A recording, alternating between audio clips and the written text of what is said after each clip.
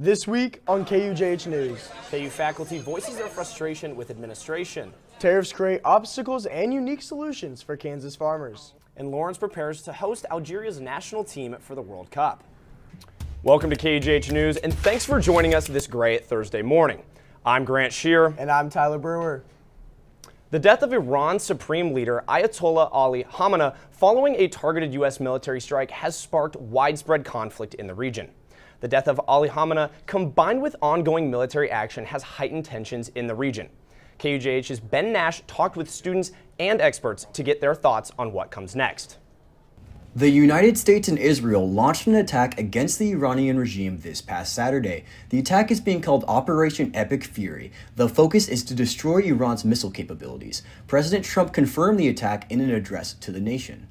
47 years, the Iranian regime has chanted death to America and waged an unending campaign of bloodshed and mass murder, targeting the United States. In the first 100 hours of Operation Epic Fury, the U.S. struck nearly 2,000 Iranian targets and more than 50,000 American troops have been deployed. Their decision when they were attacked to start also just lobbing bombs at all the other Arab countries around them created a situation. More than 940 people have been killed by Israeli and American strikes. Iranian state media reported 11 have died in Israel as Iran fired back. The U.S. government has also identified 4 of 6 U.S. service members killed in a drone strike in Kuwait. I hope that the people within Iran, the people who have been affected and oppressed by the Islamic Republic, are the ones who actually get to determine what is best for them, because they are the ones who experience Iran and know what's best for the nation. The United States indicated this conflict could last weeks. For now, the world is watching to see if this unfolds into a broader conflict. For KUJH News, I'm Ben Nash. Thanks, Ben. We will continue to monitor the situation and provide updates as more information becomes available. Early ruling in the Hawk shooting case were delayed after a Douglas County judge granted a continuance. Judge Amy Hanley is set to rule on the motion to determine whether defendant Datron Daniel Strickland's actions that night were justified due to self-defense.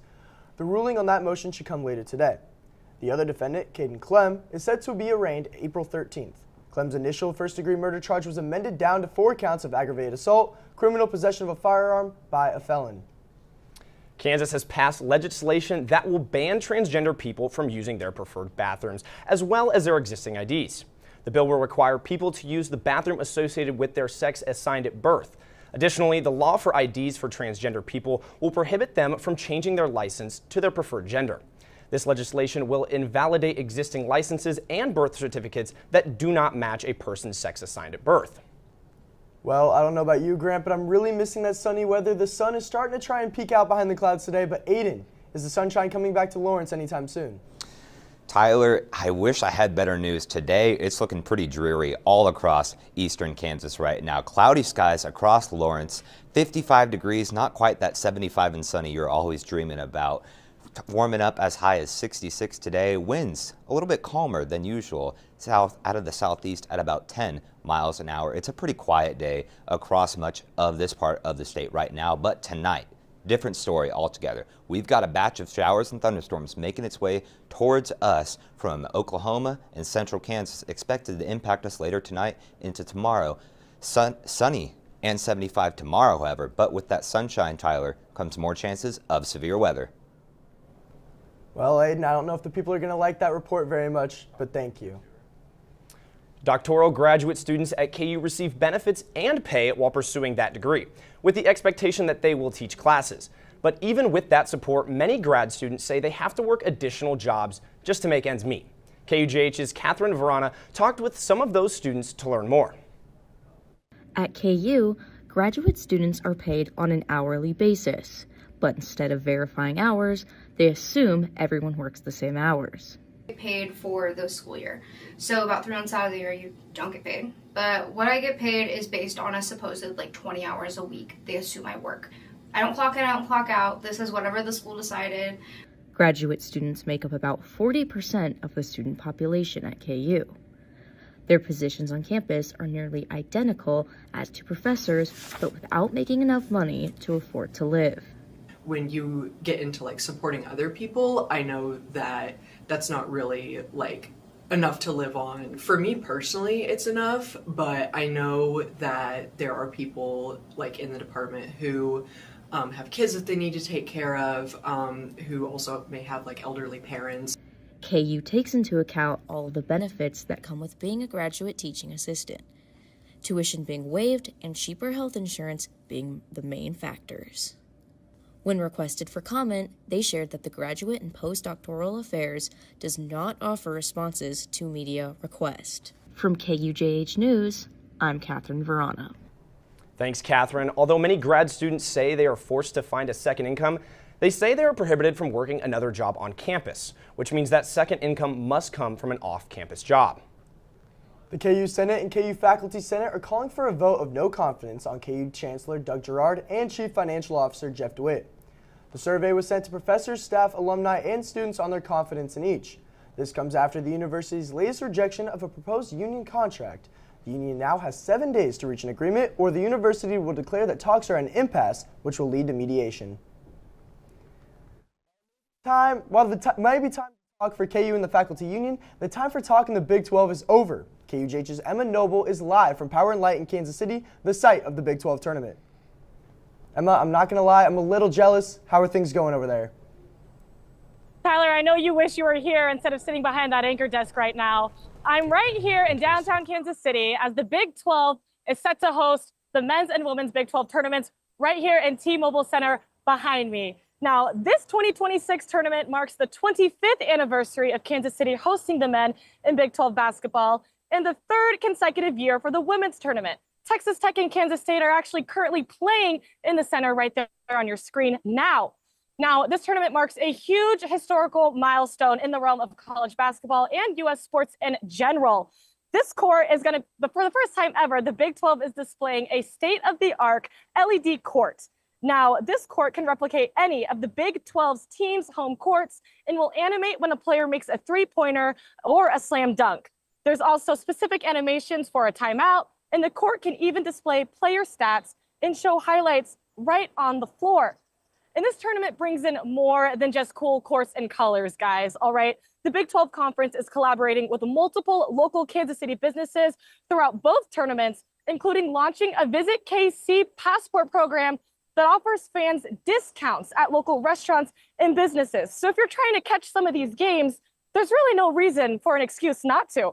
And don't even get me started on all the cool, crazy food that's going on right here in Power and Light, but more on that to come later in the show. And if you're looking to catch a game, all games will be broadcast on ESPN, ESPN+, ESPNU, and ESPN2. Now, I think I'm going to go grab a bite to eat, actually. More on that to come later in the show.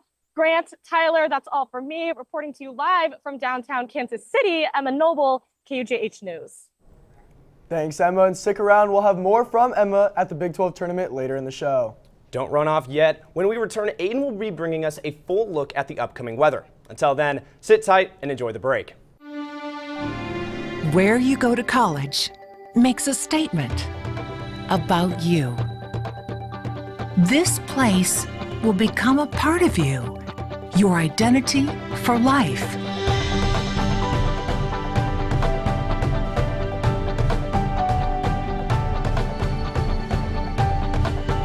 The University of Kansas, a great place to be you. Welcome back. Ranchers are finding new ways to avoid the high cost of tariffs, and they come from an unlikely source. Shock collars. You may have seen similar technology like the ones used to keep dogs from running away. KUJH reporter Donovan Bolins spoke with ranchers about why they're investing in these collars and the benefits they could bring to the future of ranching. In an industry that hasn't changed much since the invention of barbed wire, shock collars are offering a new look at what ranching can be. With this, we can apply a lot of animals to a certain area, graze it off really quickly, and then simply move on to another place and just let that grass rest and recover. Instead of thinking in terms of we're grazing a piece of ground maybe 4, 5, 6 months out of the year, any given acre on the ranch is maybe only grazed 2 to 3 days out of the year. Mush Rush says ranching is an inherently inefficient industry where only about 15% of grass grown actually ends up in the cattle's mouths. By moving herds at regular intervals and allowing grass to recover, he says that efficiency can increase dramatically. Instead of looking at like a 15% efficiency, all of a sudden you're starting to look at 70, 80%. I mean, that's like growing your ranch several times over without actually having to buy more land. Outside of improving efficiency, the technology can also cut costs. A global 10% tariff on imports has driven up steel prices, and that means more expensive fencing. Some ranchers see these collars as a way to avoid building a new fence altogether. Every generation basically has to build the entire ranch's fence one time. Has kind of been the saying. Here in the Flint Hills, it's rocky, there's terrain. You're gonna be $25,000 a mile for something that's quite frankly pretty archaic. And the benefits aren't just financial. Mushrush says the technology also gives ranchers time back in their daily lives, something that's priceless.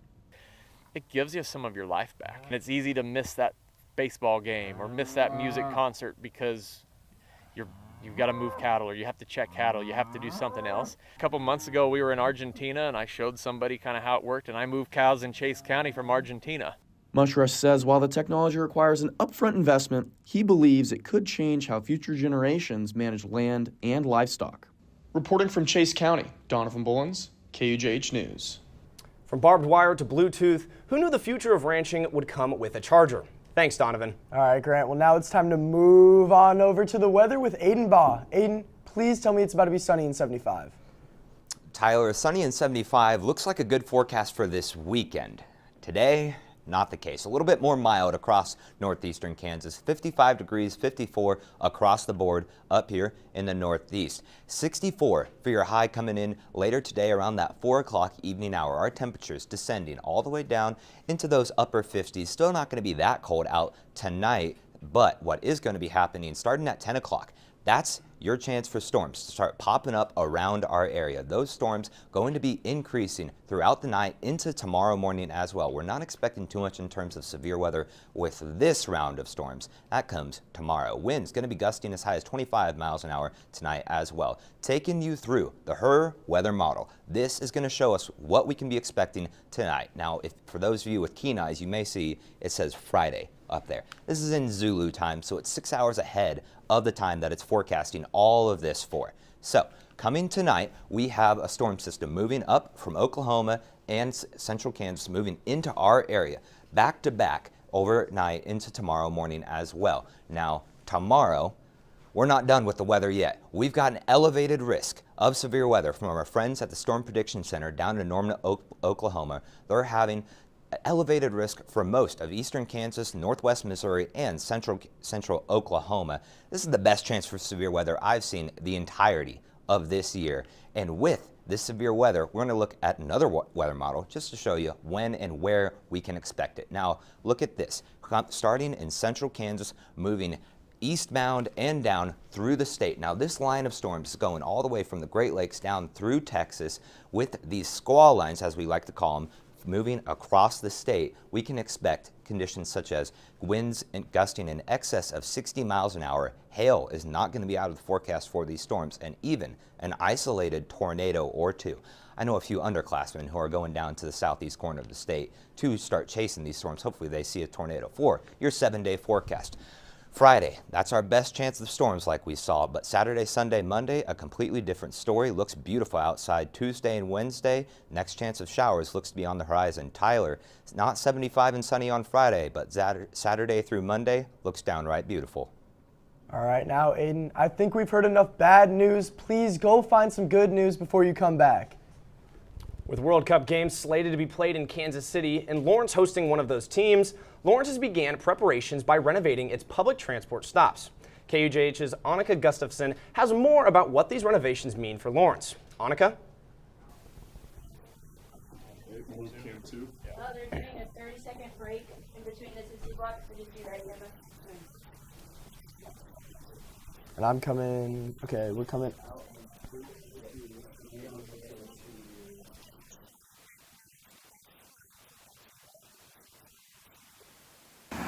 Lawrence Transit currently has 382 bus stops across the city, many of which are undergoing renovations. We want riders to have a really good experience on our transit system, so we try to give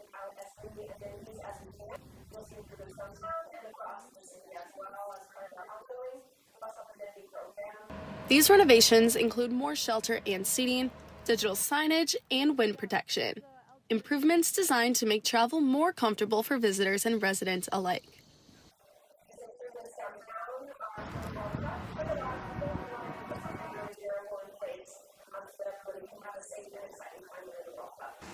Lawrence is also building a new downtown bus station at 8th and Vermont with digital signs and other upgrades to make transit more efficient. It's expected to be completed by 2027 or 2028.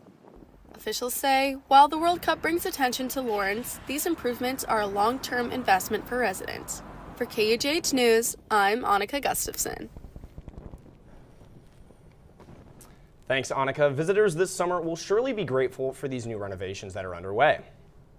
Last week, we shared that Team Algeria will be staying in Lawrence at the Oread for the World Cup this summer. Now, plans are being made to prepare for their arrival. KUJH's Zach Newkirk has more. I'm here at Rock Chalk Park, where Team Algeria will be based for their matches in Kansas City in this summer's World Cup. But how is Lawrence preparing for Team Algeria's arrival? Algeria is the largest country in Africa by landmass. It is a majorly Islamic nation with a competitive soccer team featuring renowned players such as Ryan Ait-Nouri and Riyad Mahrez. This is the team's first time qualifying for the World Cup since 2014. Decent ball across the back, and Algeria have a goal! The team will be based at Rock Chalk Park in West Lawrence. They will be provided with the necessary facilities, including the pitch that is normally home to the KU soccer team. Now that the team will officially be based here in Lawrence, the city has plans for their arrival. Businesses are ramping up for the expected onslaught of people that will be coming, and it's important to note that there's trainings going on to help these things. The team's arrival will also provide an interesting opportunity for businesses in downtown Lawrence. Some restaurants, like the Aladdin Cafe, will hope to provide welcoming service to the visitors from the foreign nation. We want to cater to them. We want to make them feel welcome in a country that isn't necessarily their homes. In addition to an inviting atmosphere, some restaurants will have a chance to offer Middle Eastern cuisine to players from that region. We offer everything halal, and I'd like to think that it's healthy food, or at least enough so that they can go play soccer the next day. Coming from Africa all the way to right here in Lawrence, the city has plans to make Team Algeria, its staff, and its fans feel a little more at home. For KUJH News, I'm Zach Newkirk. Thank you, Zach. The city of Lawrence will continue to prepare for Algeria's arrival this June by arranging transportation, security, and public events for the expected wave of soccer fans this summer. Today is the home opener for Kansas baseball. KUJH Sports is up next after the break.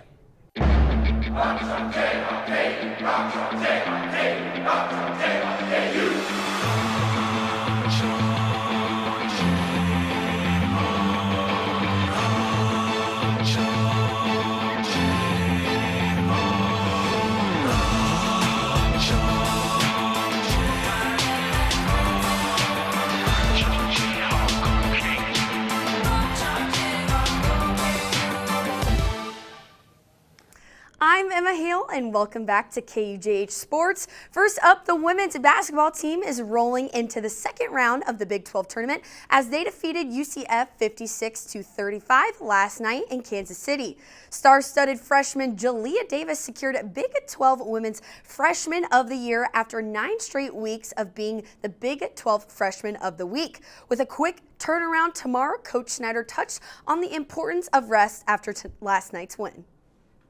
Trying to save some legs, a little bit, being hopeful that we were able to play, tomorrow. So just trying to do everything we can to, to move through a round. The Jayhawks will hit the court tonight at 8 p.m. as they take on Colorado. And after a few weeks on the road, Kansas softball is back in town hosting Utah State at opening day at Rock Chalk Park. Sitting at 15-7, the Jayhawks look to stay in the win column after a run rule win over Wichita State earlier this week. First pitch is set for 1 p.m. tomorrow. And the World Baseball Classic is officially underway. Team USA is ready to go after playing 2 scrimmages together earlier this week and looking to chase after the championship. We will have that more later on in the show. But speaking of baseball, first pitch for Kansas baseball in their 2026 season is just hours away. KUJH's Jack Kenna is live out at Hoagland Ballpark to give us all we need to know about the home opener. Jack. That is right. In just a few short hours, Kansas baseball will welcome fans right back into Hoagland Ballpark for the first time this season. Now, the Kansas Jayhawks set a program record in wins last year with 43, and were even able to finish second in the Big 12 Conference. Now, a lot of the success the Jayhawks had last year were due to the success that they had at home. The Jayhawks went 20-7 and were even able to break the attendance record against Oklahoma State. Now, Kansas is set to take on St. Thomas with first pitch scheduled for 3 p.m. But the big question around these parts are, Emma Hale, are you going to be at the ballpark this afternoon? Most definitely, Jack. Even with the weather not being so great, I'm excited for baseball to be back. This week marks the beginning of pool play for the international tournament known as the World Baseball Classic, which has some roots right here in Lawrence. With first pitch set for Team USA tomorrow at 7 p.m., KUJH's Gabriel Steigers has more. Here in the 7th. Hit well out to right center field. Jones still on the move, running out of room, and he makes it! Every few years, something magical happens in the game of baseball. What we wanted to do, we thought there was an opportunity here to take the best players in the world and put them in an environment like the FIFA World Cup, like the Olympics, where they would be able to compete, not just for a city, but for their country, right? And that's so special and so unique, and we didn't have that in baseball. Team Japan has won the first World Baseball. Since the inaugural tournament in 2006, the best baseball players in the world have been coming together to represent their countries in the World Baseball Classic. Originally proposed by Kansas graduate Jim Small in 1999, it was created as a result of baseball's on-again, off-again relationship with the Olympics. The idea was to create a tournament where the best players from the best leagues all around the world could compete against one another without interfering with those league schedules. What I think we've seen is a breakthrough among the players to say, look, I want this. I can think of nothing more important than representing my country in the world championship of our sport. So it's a special opportunity to be a part of that. What resulted was something incredible, with high stakes, cultural celebrations, and players pouring blood, sweat, and tears into representing their countries. It's like playing the Game 7 of the World Series, every game in the WBC. You know, anything we face in WBC, you have to go hard, you know. You never know what's going to happen, you know.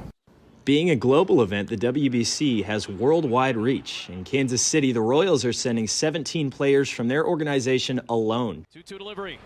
Waved on and missed, and after the lead. And even here in Lawrence, an LHS graduate will don the Stars and Stripes to pitch for Team USA. But this is a huge thrill, you know, and I just think that, you know, everybody back home and everybody that's known him is just, like, my boys are both just ecstatic, you know, for him. For KUJH Sports, I'm Gabriel Steigers. Thanks, Gabe. Tune in tomorrow night on Fox to watch the United States take on Brazil as they look to take home their second WBC title since 2017. Camping is back underway after the controversy last week involving KU camping leader Riley Dyke. Campers are still wanting to see whether changes will be made to the camping process moving forward. I don't know how many changes I would say, but like I just said, I hope there are more formal changes. I think that there can be, again, some improvements, but so far I haven't seen a lot of, formal changes with the process. The Kansas State game this Saturday marks the final home game of the season. With it being the last opportunity for campers this year, it remains unclear whether any changes will be made to the long-standing camping tradition here at KU. Well, that's the latest happening around the sports world. While the action on the field has been heating up, the weather outside has been doing the exact opposite. KUJH's weather forecaster Aiden Baugh will be in studio to tell us what we can expect when we come back. KU supports community, creativity, Kansas. The University of Kansas provides statewide medical outreach, first responder training, cybersecurity protection, childhood development support, and economic gains amounting to over $7 billion every year. Every day, Kansas Jayhawks serve the world by creating a better future. The world is safer, healthier, stronger because of what KU creates. Welcome back to the show. Aiden, last chance here. Please tell me there's something to look forward to. Tyler, you can always look forward to KU basketball. It's going to be a great day on Saturday. Jayhawks and take on the K-State Wildcats in their final home game of the year. 55 degrees, not quite that 75 and sunny you were hoping for, Tyler. Still a great day out there. Northwest winds at 10 miles an hour, gusting as high as 20. Great thing about playing basketball indoors, you don't have to worry about the winds at all. Well, the weather may not be ideal, but at least we can look forward to watching some KU hoops this weekend. Thank you, Aiden. Now let's check back in with KUJH's Emma Noble, who's live in Kansas City with the Big 12 tournament. Emma, it's almost lunchtime and I'm getting hungry. So what exactly are these Big 12 themed meals and how do I get my hands on them? Beer is fantastic. Sorry, Grant. I wasn't ready for that live hit, but what you need to know about this pizza.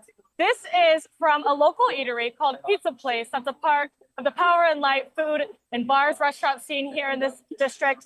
Now, we spoke to a manager of this place earlier today, and he told us that the Big 12 tournament brings in a generous amount of revenue for all the local businesses here in Power and Light.